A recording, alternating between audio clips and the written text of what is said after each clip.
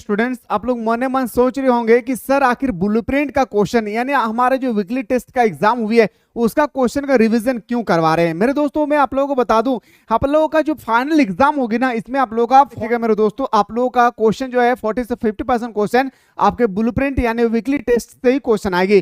तो इसको रिविजन करना बहुत जरूरी है। हाँ, हो सकता है कि आप लोगों के मन में डाउट होगी कि सर ये क्वेश्चन हमारे फाइनल एग्जाम में क्यों आएगी। तो आपके बड़े भाई वगैरह जो भी होंगे जो क्लास 12 पास कर चुके हैं, एक बार उनसे पूछिएगा क्या वीकली टेस्ट से 50% क्वेश्चन लड़ गए हैं। अगर वो बोलेंगे कि हाँ तो वीडियो को देखिएगा, बोलेंगे नहीं तो जल्दी से आप लोग वीडियो को बोल दीजिएगा कि सर जल्दी से वीडियो को डिलीट कर दीजिए, मैं डिलीट कर दूंगा। दोस्तों टेंशन नहीं लेना है। तो फाइनली अभी तक 2024 में जितना भी ब्लूप्रिंट का एग्जाम यानी वीकली टेस्ट की जितना भी एग्जाम हुए हिस्ट्री का, वो मैं आप लोगों को पहले बताने वाला हूं। हिस्ट्री के बाद कौन से सब्जेक्ट के बारे में देखना चाहते हैं तो जरूर आप लोग कमेंट करेंगे। सो दोस्तों क्लास को हम लोग स्टार्ट करते हैं। और जो भी स्टूडेंट्स अभी तक मेरे दोस्तों मिसाइल क्लासेस के आपको प्ले स्टोर से डाउनलोड नहीं किए हैं तो जल्दी से मिसाइल क्लासेस के आपको प्ले स्टोर से डाउनलोड कर लीजिए। और डाउनलोड करने के बाद जो आपका आर्ट्स का फाउंडेशन कोर्स है, जहां पे सुबह शाम दोनों टाइम ऑनलाइन क्लासेस चलाया जा रहा है, जहां पे आप लोग को सिलेक्टेड क्वेश्चन प्रोवाइड किए जा रहे हैं। तो लेट किस बात की, जाए ज्वाइन कीजिए।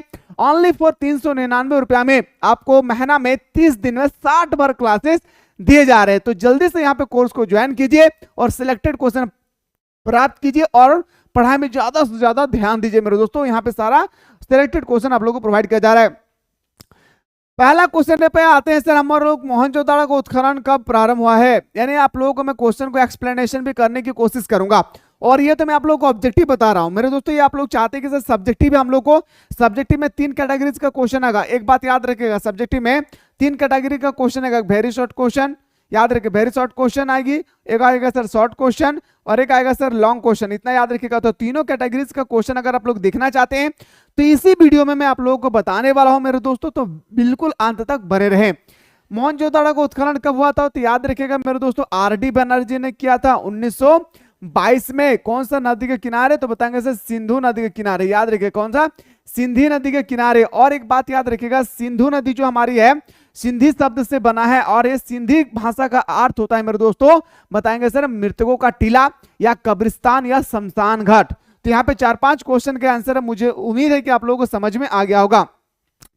अगला क्वेश्चन सर हमारा था कि हड़प्पा किस नदी के तट पर स्थित है। सबसे पहले हड़प्पा सभ्यता की जो खोज हुई थी ना वो 1921 में हुआ था। किसने किया था, दयाराम साहनी ने। दयाराम साहनी ने क्या था, याद रखिए कब किया था तो बताएंगे सर 1921 में इसकी खोज की थी।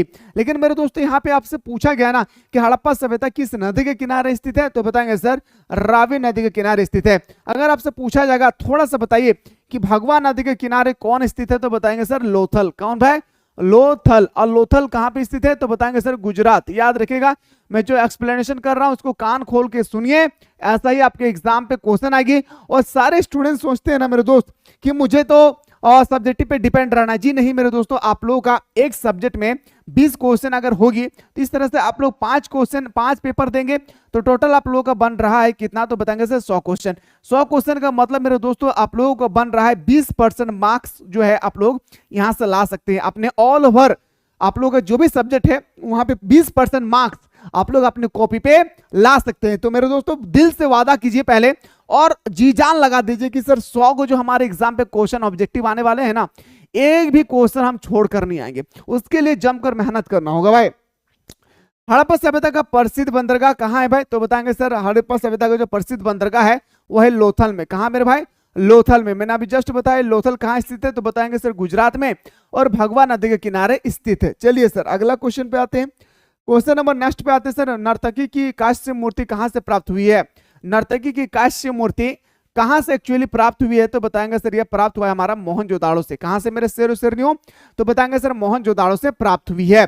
चलिए सर अभी मैं सब्जेक्टिव भी बताने वाला हूं तो पैसेंस बनाकर रखेंगे। हड़प्पा सभ्यता की लिपि क्या थी। एक्चुअली देखिए मेरे दोस्तों, अगर आप लोग हड़प्पा सभ्यता के बारे में पूरा डिपिलेसी पूरा डिफिनेशन पढ़े, पूरा डिस्क्राइब किए तो आपको कहीं भी नहीं मिलेगी कि हड़प्पा सभ्यता की लिपि क्या थी। अब गूगल में भी सर्च करेंगे या एआई में भी सर्च करेंगे ना तो आपको कहीं भी नहीं मिलेगी कि हड़प्पा सभ्यता की लिपि क्या थी। लेकिन हाँ मेरे दोस्त एक जरूर चीज मिलेंगे कि हड़प्पा सभ्यता में टोटल लिपि की संख्या 64 थी। याद रखिएगा लिपि की संख्या कितनी थी, टोटल 64 थी। इन 64 लिपियों को एक लिपि में कन्वर्ट करना बहुत मुश्किल का काम था, बहुत ही मुश्किल के काम थी। इस कारण से मेरे दोस्तों हड़प्पा सभ्यता, जब भी आप गूगल पे सर्च करेंगे ना कि हड़प्पा सभ्यता की लिपि कैसी थी, तो आपको आएगा अज्ञात। क्या आएगा मेरे भाई? अज्ञात आएगी। इस तरह से टर्म लिखा होगा अज्ञात। तो इसीलिए यहाँ पे चारों में से कोई भी ऑप्शन नहीं होना चाहिए। एक्चुअली देखिए आपके वीकली टेस्ट में आई है तो कोई ना कोई आप लोग क्वेश्चन का क्लिक करके ही आए होंगे, लेकिन मेरे दोस्तों आप किसी भी को ए बी सी डी किसी को भी क्लिक किया है ना, आपको मार्क्स मिल जाएगी इसमें। ओके सर, अगला क्वेश्चन पे बढ़ते हैं। अगला प्रश्न है सर हमारा, क्वेश्चन नंबर नेक्स्ट पे आते हैं। पूछा गया है सर कि अभिलेखों में प्रियदर्शी किसे कहा गया है? अभिलेखों में प्रियदर्शी किसे कहा गया? आखिर जो हमारे अभिलेख है भाई, इसमें प्रियदर्शी किसको कहा गया? तो बताएंगे सर अशोक सम्राट को कहा गया। किसको भाई? अशोक सम्राट को। ऑप्शन नंबर हमारा क्या हो जाएगी? ऑप्शन नंबर सी हमारा सही उत्तर हो जाएगा। अगला क्वेश्चन पे हम लोग मूव करते हैं कि मगध की पहली राजधानी कहाँ थी? तो मगध की पहली राजधानी तो मेरे दोस्तों जो पहली थी ना राजगीर में, लेकिन अब प्रेजेंट टाइम में पूछा जाएगा तो वर्तमान में तो पाटलिपुत्र। तो वर्तमान में पूछा जाएगा तो बताएंगे सर वर्तमान में पूछा जाएगा तो पाटलिपुत्र, लेकिन वर्तमान में आता नहीं है। वो आते जब भी है तो पहली राजधानी पूछती है तो राजगीर याद रखेगा, ठीक है ना भाई। अगला क्वेश्चन पे आते हैं, क्वेश्चन नंबर नेक्स्ट पे आते हैं। मेगास्थनीज का संबंध कहां से था?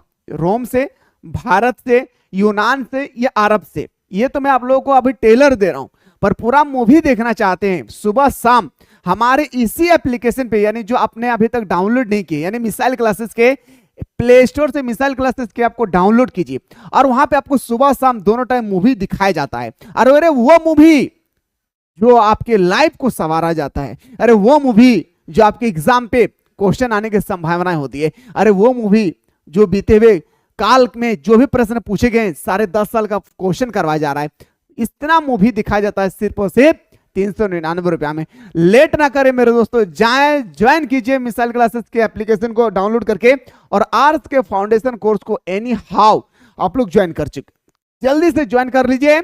ज्वाइन करेंगे, आनंद लेंगे। ऑनलाइन क्लासेस में एक्चुअली होती क्या है, बस मैं एक ही बात कहूंगा मेरे दोस्त कि आपकी सोच से 10 गुना प्रॉफिट आपको यहाँ पे दिखाया जाएगा, मिलेगी। दिखाया जाएगा तो दिखाया जाता है, लेकिन आपको मिलेगा भी है।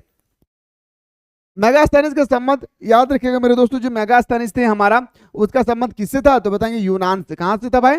यूनान। ऑप्शन नंबर हमारा सी इसका राइट आंसर हो जाएगी। अगला क्वेश्चन पे बढ़ते हैं सर, प्रभावती गुप्त किसकी बेटी थी? जो हमारे प्रभावती गुप्त थे ना भाई, मैंने क्लास में बेटर तरीके से एक्सप्लेनेशन किया था कि चंद्रगुप्त द्वितीय की बेटी थी। किसकी बेटी थी भाई? चंद्रगुप्त द्वितीय की। ऑप्शन नंबर ए हमारा सही उत्तर हो जाएगा। महाजनपदों की संख्या क्या है? महाजनपद में याद रखिएगा मेरे दोस्तों, सबसे शक्तिशाली महाजनपद जो था हमारा मगध। मगध याद रखिएगा, सबसे महाजनपद में सबसे शक्तिशाली महाजनपद अगर जो थे वो मगध था। तो टोटल महाजनपदों की संख्या पूछा जाएगा तो 16 बताना है। कितना मेरे शेर शेरनियों? 16 बताना है सर। ऑप्शन नंबर हमारा क्या हो जाएगी? ए बी हमारा सही उत्तर हो जाएगा। अब आते हैं sir B, section number B.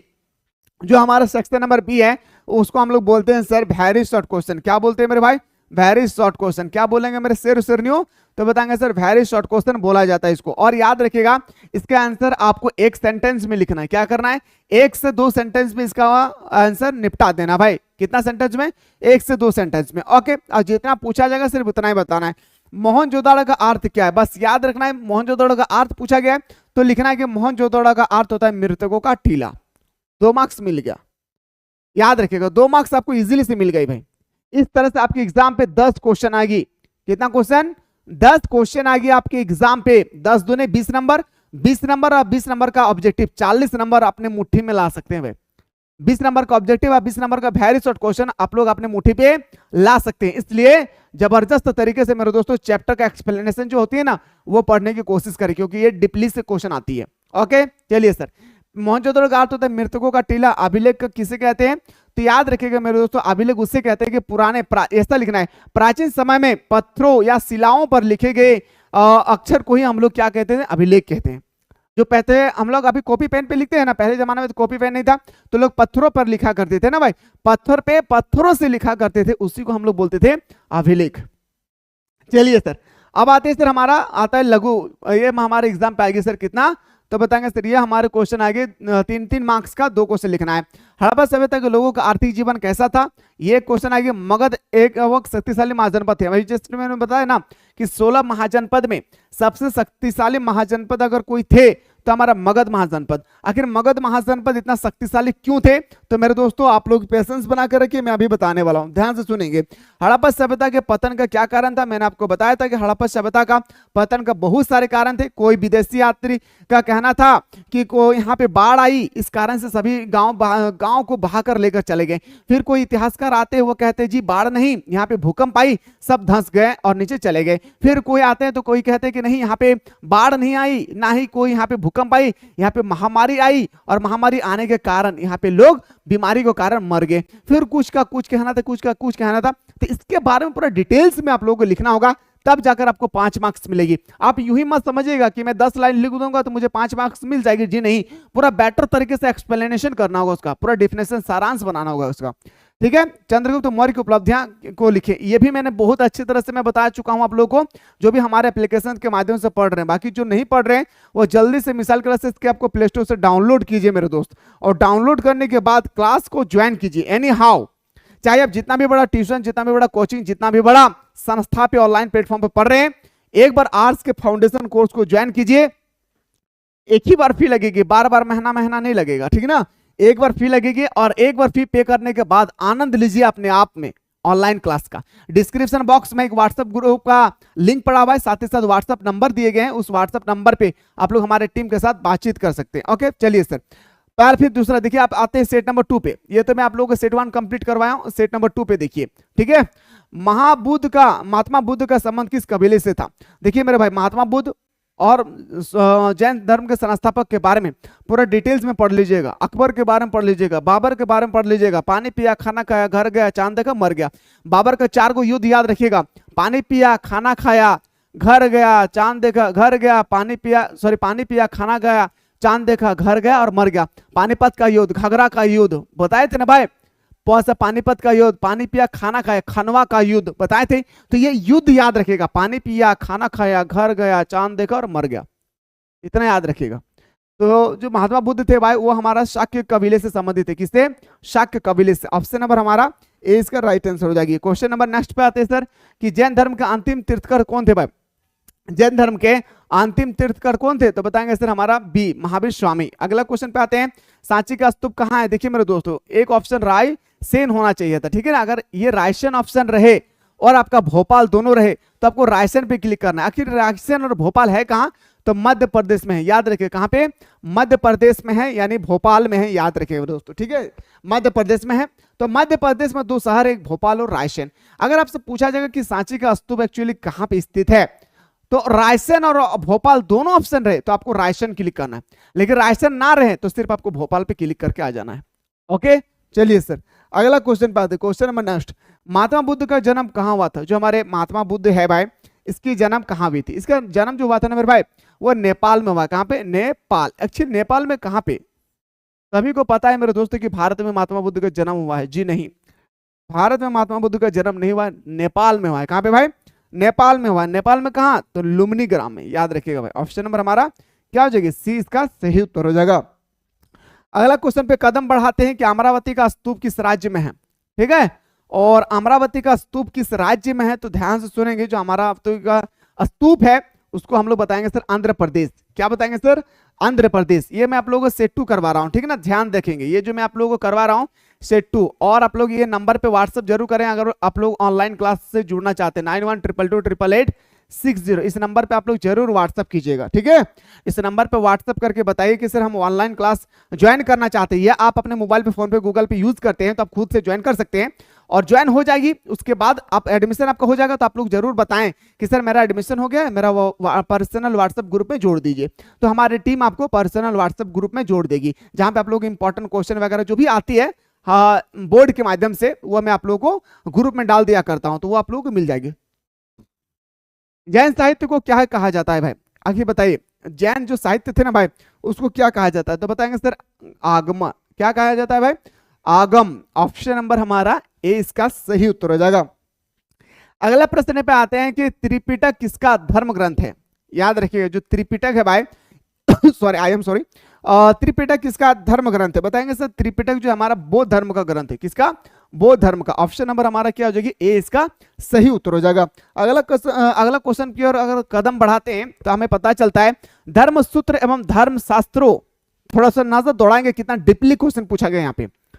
धर्म सूत्र एवं धर्म शास्त्रों के अनुसार विवाह के कितने प्रकार हैं? तो विवाह के 8 प्रकार हैं।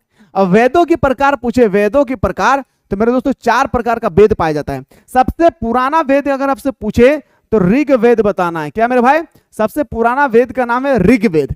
तो धर्म सूत्र एवं धर्म शास्त्रों के अनुसार हमारे पास विवाह का 8 प्रकार पाया जाता है। ऑप्शन नंबर हमारा 20 का राइट आंसर हो जाएगा।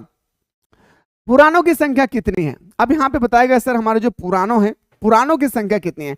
तो पुराणों की संख्या टोटल हमारा 18 है भाई। कितना है भाई? 18। यानी बोल सकता हूं सर ऑप्शन नंबर हमारा 20 का राइट आंसर हो जाएगी। बुद्ध का बचपन का नाम क्या था? बुद्ध से संबंधित, अकबर से संबंधित, बाबर से संबंधित, महावीर स्वामी जैन से संबंधित क्वेश्चन आएगा ही आएगा भाई। 100 नहीं 400% आपके एग्जाम पे क्वेश्चन टपकेगा ही टपकेगा। ठीक है, तो बुद्ध का बचपन का नाम क्या था भाई? सिद्धार्थ। क्या नाम था भाई? सिद्धार्थ था। ठीक है, चलिए सर, उम्मीद करते हैं कि आप लोगों को समझ में आ गया होगा। अब मैं अगर आपको लेकर चलता हूं मेरे दोस्तों कि जो हमारे वेरी शॉर्ट क्वेश्चन है जो दो मार्क्स का आएगी, तो याद रखिएगा क्वेश्चन था हमारा वैदिक काल कब से कब माना जाता है? बहिर्विवाह किसे कहा जाता है? देखिए विवाह 2 प्रकार का होता है। विवाह एक्चुअली 8 प्रकार का होता है धर्म ग्रंथ के साथ, धर्म शास्त्रों के अनुसार, लेकिन विवाह यहाँ पे 2 प्रकार का होता है। एक होता है सर बहिर्विवाह और एक होता है अंतर्विवाह। बहिर्विवाह और अंतर्विवाह क्या है? जो भी स्टूडेंट्स एप्लीकेशन से जुड़े हुए, मैंने आप लोगों को चैप्टर पढ़ाते समय बेटर तरीके से समझाया था। अगला क्वेश्चन देखिए, कुल एवं जाति में क्या अर्थ है? ये आपको बताना है। ये आपका याद रखिएगा 3-3 मार्क्स का है। तो कुल एवं जाति का क्या अर्थ है? स्तूप क्यों बनाए जाते हैं? आखिर स्तूप जो हम लोग बनाते हैं सबसे ज्यादा चर्चित में किसका स्तूप है? तो बताएंगे सर अशोक का स्तूप सबसे ज्यादा अभी फेमस में है। ऑप्शन नंबर हमारा याद रखिएगा मेरे दोस्तों, स्तूप क्यों बनाया जाता है ये क्वेश्चन पूछा जाएगा। जैन धर्म के महत्वपूर्ण शिक्षाओं पर प्रकाश डाले या बौद्ध धर्म के महत्वपूर्ण शिक्षाओं पर प्रकाश डाले या अकबर को राष्ट्र राजा क्यों कहा गया? ये क्वेश्चन आएगी। महात्मा गांधी को देश का प्रधान क्यों कहा गया? ये क्वेश्चन आएगी। ये सब क्वेश्चन को एकदम अच्छी तरह से चुकू मुकू बैठकर अच्छी तरह से टाइप कीजिए कि हाँ सर ये सब क्वेश्चन हम लोग को करना है। तो जल्दी से कमेंट सेक्शन खुला हुआ है, कमेंट करना ना भूलिए भाई। महाभारत के महत्व पर प्रकाश डाले। अब महाभारत जो हो इसके बारे में हम लोग को प्रकाश डालना है कि महाभारत के बारे में आखिर क्वेश्चन कैसे आएगी। तो इन सब के बारे में मेरे दोस्तों अभी मैंने सेट 1 और सेट 2 के बारे में आप लोगों को मैंने समझाया, जहां पे मैंने ऑब्जेक्टिव क्वेश्चन बताई। इसके बाद यहाँ पे 3 कैटेगरीज का क्वेश्चन आता है, very short question, short question और लॉन्ग क्वेश्चन। अगर इन सब का भी आप लोग अगर सोल्यूशन चाहते हैं तो जल्दी से कमेंट सेक्शन खुला हुआ है, कमेंट करना ना भूले। और मेरे दोस्तों अब मैंने फिर से कह रहा हूं कि जो भी स्टूडेंट्स अभी तक मिसाइल क्लासेस के आपको प्ले स्टोर से डाउनलोड नहीं किए, जल्दी से डाउनलोड कीजिए और आनंद लीजिए ऑनलाइन क्लासेस का सुबह शाम दोनों टाइम सिलेक्टेड क्वेश्चन का। मिलते हैं इसी तरह से सेट नंबर 3 के साथ।